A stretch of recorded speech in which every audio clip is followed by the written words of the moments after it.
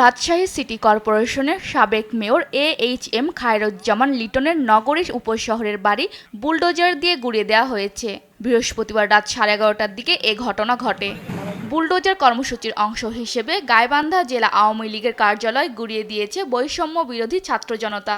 প্রথম পাথর নিক্ষেপ আমাকেই করেছিল 17 তারিখে আওয়ামী লীগ দোসররা। আমরা গাইবান্ধা বৈষম্য বিরোধী ছাত্র আন্দোলন এবং সাধারণ ছাত্র জনতারা সহ আজকে এই ফ্যাসিস্টের আস্তানা আমরা এখান থেকেই ইনশাআল্লাহ সারা জীবনের জন্য তুলে দিব।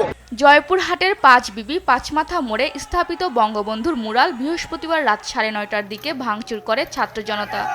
বগুড়াতেও বুলডোজার দিয়ে গুঁড়িয়ে দেওয়া হয়েছে আওয়ামী লীগের কার্যালয়। এছাড়া ভাঙচুর করা হয় জাসদ ও জাতীয় পার্টির অফিস। শেখ হাসিনাকে একটা কথাই বলতে চাই, আসেন আমরা খেলার জন্য প্রস্তুত আছি। আপনি কখন আসবেন? আমি আপনাদের সাথে খেলবো। আসেন, ছাত্রলীগ যুবলীগ আসেন মাঠে, আমরা মাঠে দাঁড়িয়ে আছি, খেলবো। আপনারা কত খেলতে পারেন আসেন। 16 বছরের ইতিহাস, বঞ্চনার ইতিহাস। ভারতের সেবা দাস, আওয়ামী লীগ এবং তাদের সহযোগী সংগঠন, জাতীয় পার্টি এবং অন্যান্য যারা ছিল, জাসদ ইনু, আমরা সবার বিরুদ্ধে আজকে রাজপথে নেমেছি। সারা বাংলাদেশে ভারতীয় জলদাসের বিরুদ্ধে আমরা আমাদের আন্দোলন, আমাদের অ্যাকশন আমরা অব্যাহত রেখেছি।